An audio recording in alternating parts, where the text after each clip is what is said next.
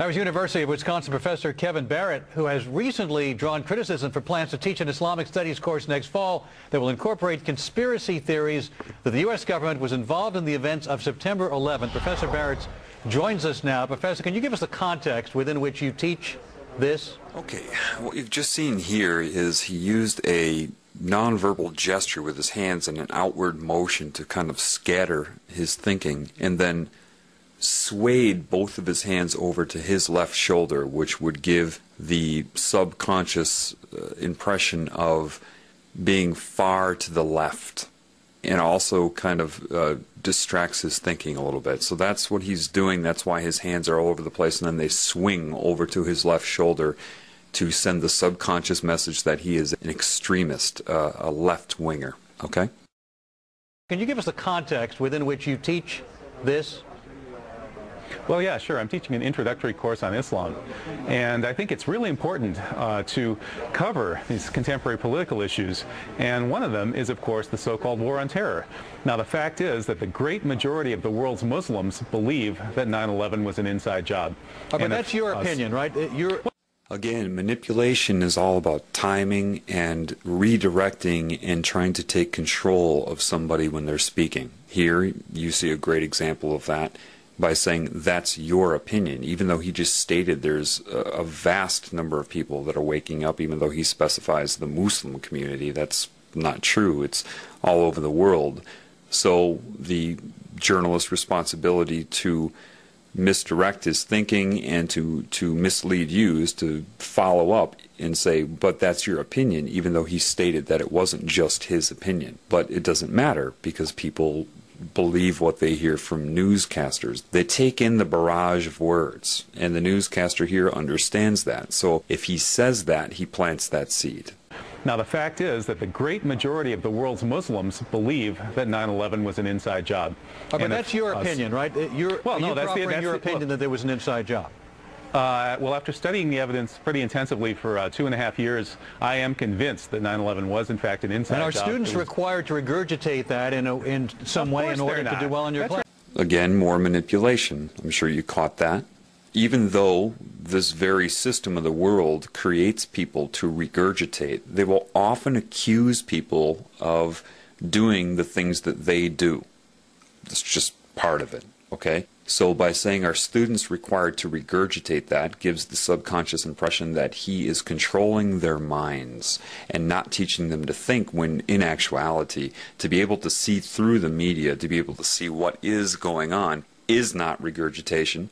Any person that does regurgitate and only memorize and not think would not be able to see through it anyway.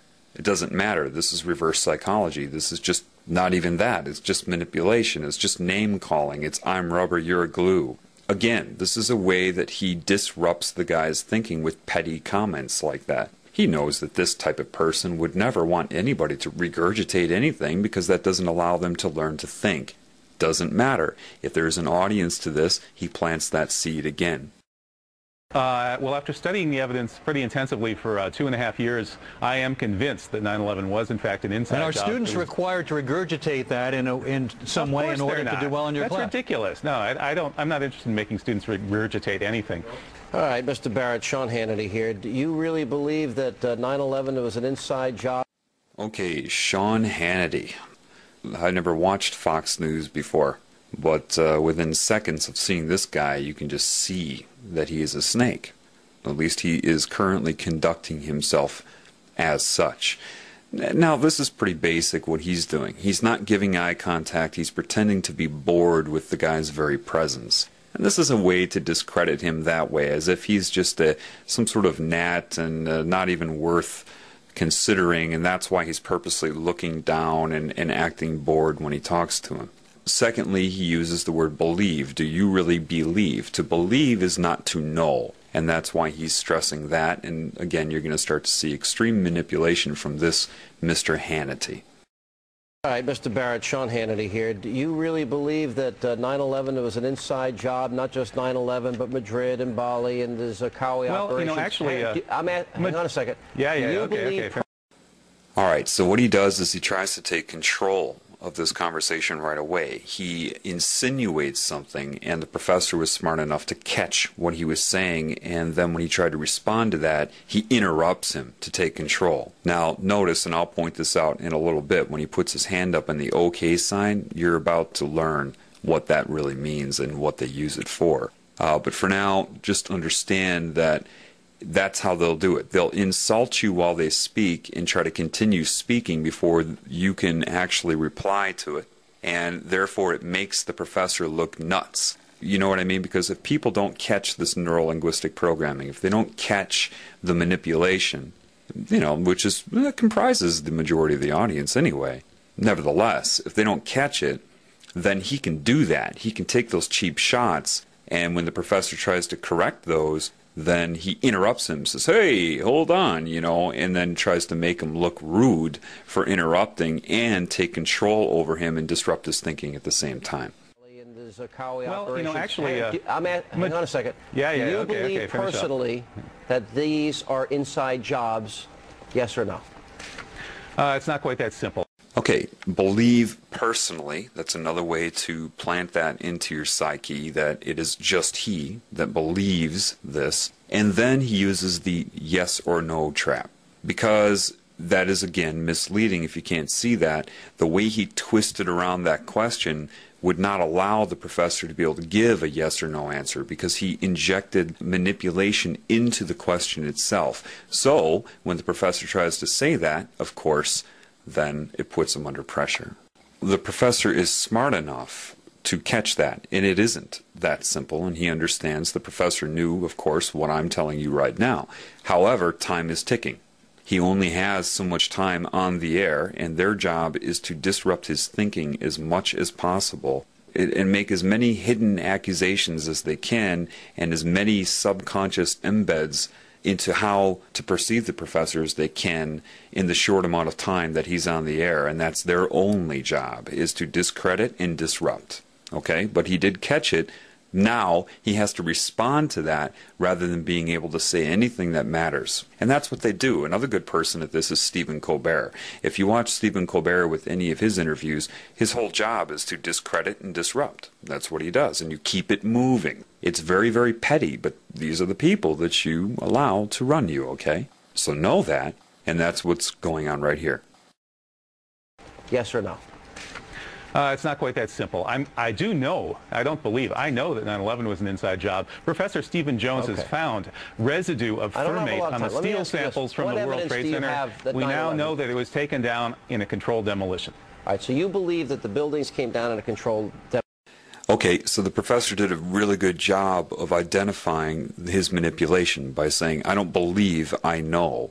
And because he was starting to get through that, Hannity interrupts him and says, I don't have a lot of time. Well, wait a minute, you just asked him a question, and now he's able to break through your manipulation, and suddenly you don't have a lot of time for the very answer to the question that you just asked. The next thing you see, he asks him, what evidence does he have?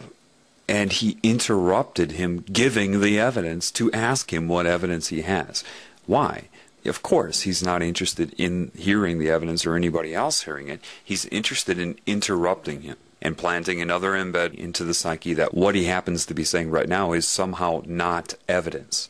It's all misdirection of focus, redirection of focus, disrupting, interrupting, gaining control, and, it's this very petty, they rely on these petty techniques.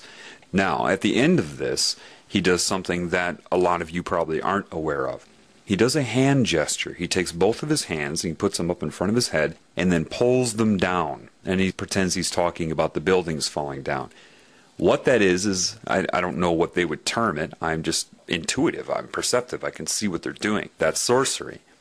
Sorcery is just anything that is used to circumvent the conscious mind, to control the mind. That gesture is designed to take away his zest, his focus, his power. By bringing his hands down like that, he's trying to subconsciously take away the focus of the professor, take away his power. And that's exactly what he's doing, and that's what you're seeing. And I'll play that again for you. Inside job. Professor Stephen Jones has found residue of thermate on the steel samples from the World Trade Center. We now know that it was taken down in a controlled demolition. a controlled demolition. All right, so you believe that the buildings came down in a controlled demolition, right? Well, I don't believe it. I've looked at the evidence, you're and right, the of evidence course. is overwhelming. All right, the evidence is overwhelming to you because you're Sure a conspiracy nut, but No, you know, actually, putting all that of you, aside. I ask your viewers to take... Okay. Now, in this one, I'm sure you caught the obvious part, but you probably did not catch the neuro-linguistic programming. What exactly is neuro-linguistic programming? Simply put, it's dual meaning that is speaking to the subconscious. Now, of course, he's shaping public opinion by saying, it's obvious to you because you are a conspiracy nut. Well, remember now, people are very phobic of being called anything that goes against the norm. So if you agree with him, oh, then you're a nut, and people, you know, they can't escape their own ego. So that's used to shape him. What you probably didn't catch is him saying, but, you know, putting that all aside, this is neurolinguistic programming. Now, pay attention here. You're a conspiracy nut, but putting that all aside, what that is doing is he's directing your subconscious mind and your conscious mind to store that label, that impression of him. Put it aside. Keep that. It's called anchoring. In neurolinguistic programming, because I've watched a little bit of it. I didn't need to watch it to pick up on how they do this, but it allows you to get some of their terminology down. They call this anchoring. Anchoring a thought, anchoring a concept, anchoring a feeling. Putting all of that aside means put that aside in your mind. He's a conspiracy nut. Do you see how they manipulate you? That's a very good lesson right there in neuro-linguistic programming. All right, the evidence is overwhelming to you because you're a Sure conspiracy nut, but No, you know, actually, putting all that of you, aside. I ask your viewers to take a look at this evidence for themselves. They can go to That's fine, but- st911.org. That's All right, you got Scholars your for free 9/11 plug-in. Now, Truth. Take a look at the demolitions. I know you think Morgan you're the Reynolds, the smartest guy in the- former I know Bush you think you're the administration smartest guy in the world, official. Professor. Okay, that's pretty obvious. You see how he's treating him. Very nonchalant, irritated, bored. And I know you think you're the smartest guy in the world. This is, you know, the typical you're a know-it-all type of comment. If you watch that David Icke video where he goes back on Wogan, he draws attention to the same thing where he said, whoa, that's a cheap shot when he said, you know it all. And the response was accurate. I'm not saying a know-it-all. But people are trained to hate people who, quote, know it all. Why? Because they want you to be dumb. That's why in society you have catchphrases that go around that people use like, you think too much, you're too deep, you know it all. These have all become derogatory terms in this new Orwellian society. Haven't you noticed that? His response is petty and childish, but he means to be this way. It does nothing, it addresses nothing. He can't think of anything to say in response to the professor, so he has to take a cheap shot like this. I know you think you're the smartest guy in the world. That should be obvious to you, that is just overdoing it, creating, manifesting an insult, just again for one reason and one reason only, to disrupt his thinking and to program your mind on how to view him. Take a look at Here's the demolitions. I know you think Morgan you're the Reynolds, the smartest guy in the- former I know Bush you think you're the administration smartest guy in the world, official, Professor. says But here's the that point. the The- Bush the administration question is, blew you the are- World Trade Center to kingdom come. That's a direct quote from a member of the Bush administration itself. I know. They blew and there the were World people Trade that Center said to that the kingdom Jews come. were told to leave. Well, we've heard a lot of these sick, bizarre theories. That's and Okay, so suddenly he's an anti-Semite? When did that come about? I didn't hear him say anything about the Jews. What he's doing here is he's trying to link him to anti-Semitism. That's what they want to do. Now, anybody that's really trying to speak the truth in this world has no interest in focusing on a group or even an individual. What they try to focus on is the problem in general, outside of any group or individual that may be manifesting the symptoms of the problem. But again, what he's trying to do here is, in your mind, link the professor to being part of a hate group, someone that's going to target a group or an individual and make you link the terms sick and bizarre to the professor. He didn't say anything about the Jewish community. Nothing. So catch that. See how he's trying to link the professor to it. The World Trade Center to kingdom come. That's a direct quote from a member of the Bush administration itself. I know. They blew and there the were World people Trade that Center said to that the kingdom come. Jews were told to leave. Well, we've heard a lot of these sick, bizarre theories. That's and I not don't the believe same any thing. of them. But you're allowed to believe what you want. But that's not what's at hand here. Okay, now another thing, just to make you aware again of just how much they're programming your mind. To you, it looks like a man that said that's not the issue at hand here. You need to start learning their language. Their language is dual meaning, which goes hand in hand with neuro-linguistic programming. The issue at hand here, what he's doing is directing the professor to look at his hand. Now, why would he have the professor look at his hand? Well, if you look at his hand right now, you see it as what you've been told is the OK sign, right? Well, let's show you what it really means.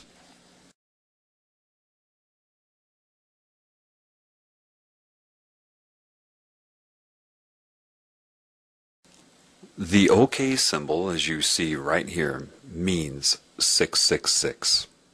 For some reason, 666 has some sort of control over the mind. Now, it could have something to do with the beast computers many of you have read about. It's sorcery. It is putting a hex on somebody. It is subconscious symbolism that somehow affects some people. It doesn't affect everybody. But he's using that, and he was directing the professor to look at his hand to use sorcery on him. It's not that one thing will work. They try to use as many combinations of things as they can.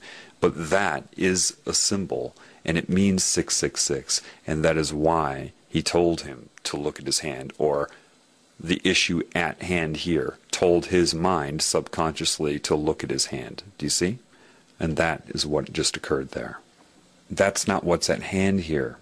Meaning you are not allowed to believe what you want. And that also tells the population looking at him, because remember, he is also talking to people that are watching television.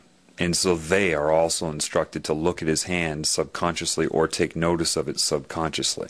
And when he says you're allowed to believe what you want, but that's not what's at hand here, he's saying with the 666 rule over your mind, you are not allowed to believe what you want. And that speaks to your subconscious mind and programs people to not think. And that's what it means all around and all together. That's what just happened.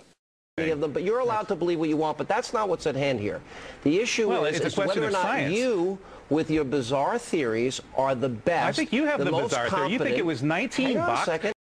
Okay, again saying his issues, his views are bizarre, right? But the reason he puts up his pinky there is because that is the weakest finger, that it would imply a small penis, not a potent man, using that in reference to him, saying that he is impotent, that he is bizarre, that he is weak, and that he is of the pinky. And that's why he chooses, of all fingers and all gestures, to speak about his theories, he puts his pinky up. And these are all subconscious sorcery methods. Again, sorcery is not some guy wearing a magician's hat. Part of sorcery is speaking to and manipulating the conscious mind from the subconscious. Well, it's a question whether or of not science. You, with your bizarre theories, are the best. I think you have the bizarre theory. You think it was 19 guys with box cutters led by a guy on dialysis in a cave in Afghanistan? That's ridiculous. Yeah. I mean, that's the craziest conspiracy theory of all of them. Mm-hmm. Okay, I wish I had the Twilight Zone music. Now, here's my next... See, all he can say is something to discredit him. I wish I had the Twilight Zone music. And then the people watching the televisions that say, yes, that must be weird. Twilight Zone music is weird. And the honest and credible news reporter is saying that about him. Okay? Now you see that all the neuro-linguistic programming is starting to get to the professor. He's starting to screw up his words. He's starting to screw up his concentration. He's mispronouncing. That's because there's a lot of negative energy being focused on him, interrupting his thought process. So you can see how he's starting to screw up his words, but he's still holding, with all of that working against him and being unaware of those techniques, he still holds his own, but you start to see it get to him a little bit.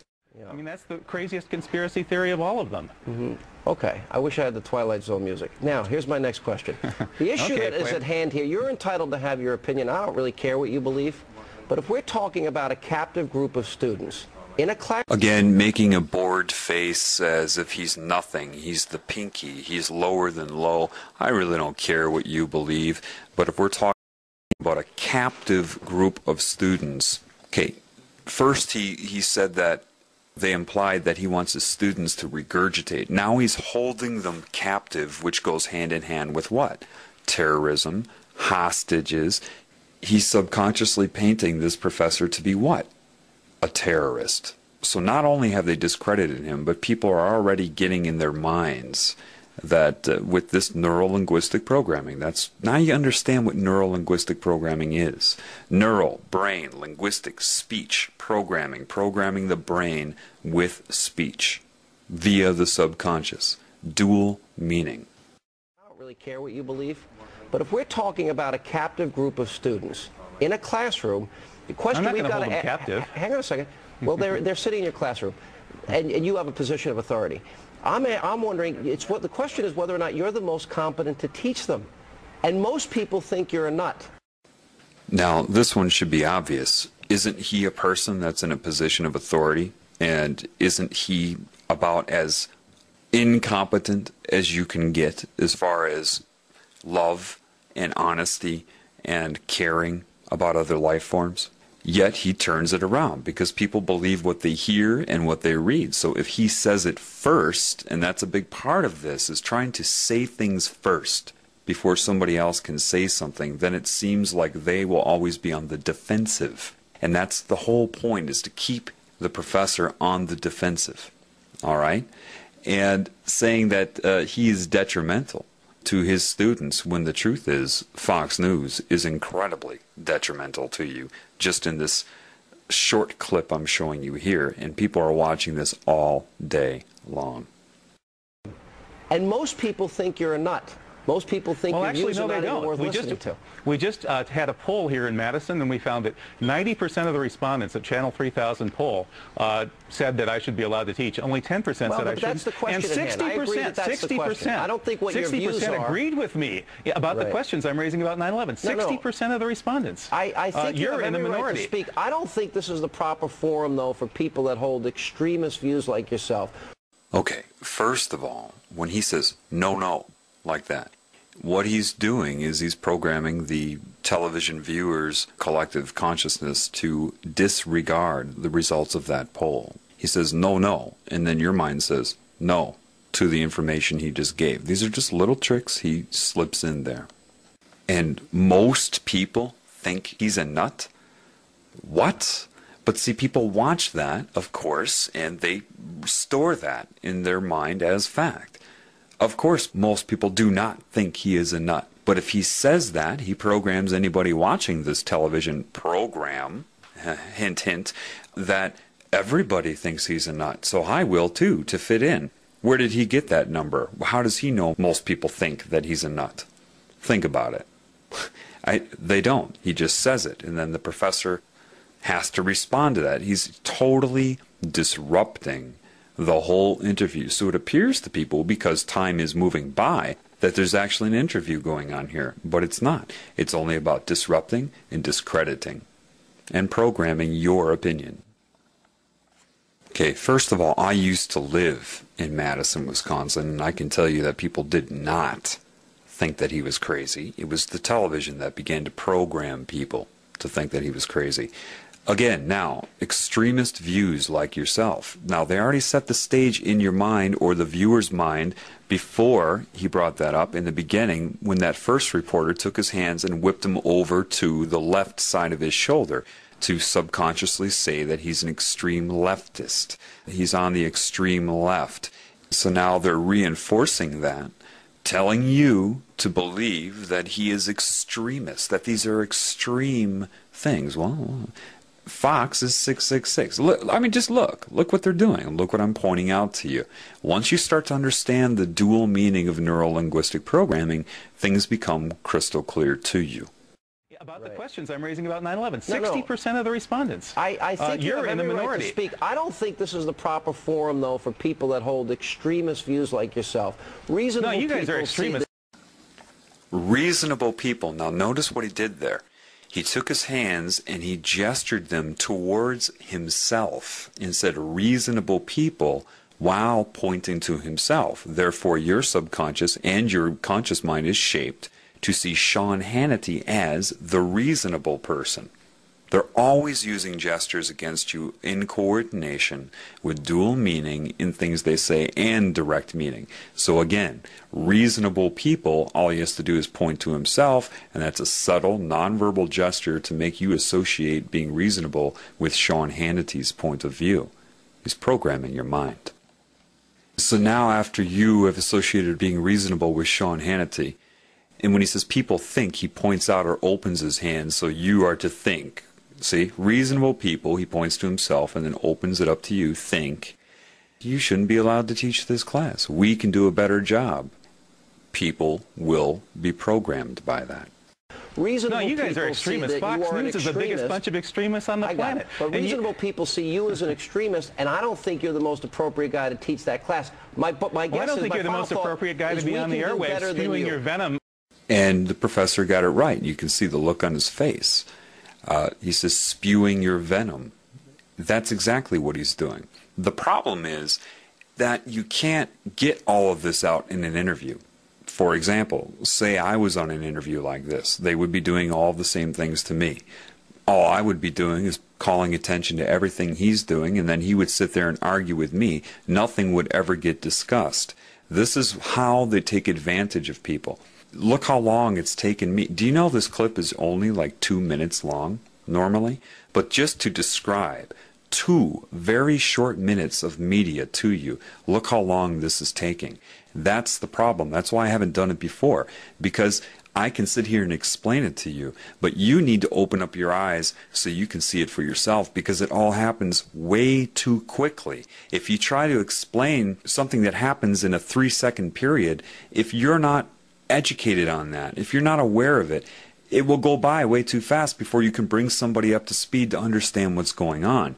This is why I had to break it down for you, but I still can't do this with everything I see, because this is everywhere. This is common. This is always going on. And it just, you need to educate yourself, but you need to become aware.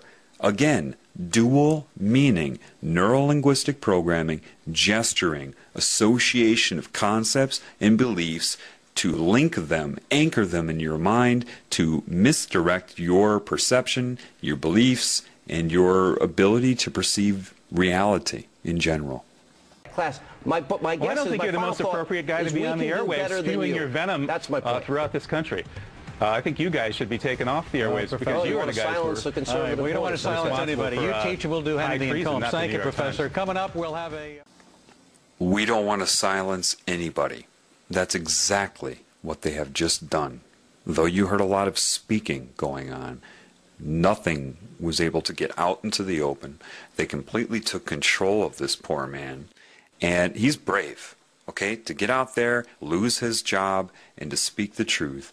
And they hound him like bees. They're using techniques that are hidden, that are sorcery. They're of sorcery in their nature. They're hypnotic. They're using negative energy, manipulative techniques, childish argument techniques. And so you've seen a lot of talking, but nothing got out into the open. And you see how nervous they made him. Why? Because he had to keep dealing with their techniques, and he couldn't express the truth. And this is how anybody who tries to get on the media to speak the truth is manipulated, and that's why most don't even bother. They don't bother because they would just get into an argument. I mean, what's the point? The expert that I've seen at this is Stephen Colbert.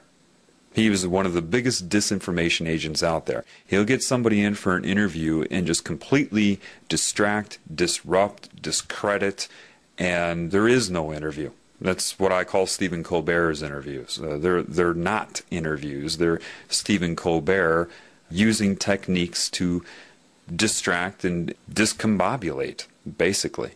So this is why you don't get the truth in the media. Even if people do get a chance at airtime, they will be interrupted, misdirected, hypnotic suggestions to the audience that are watching it.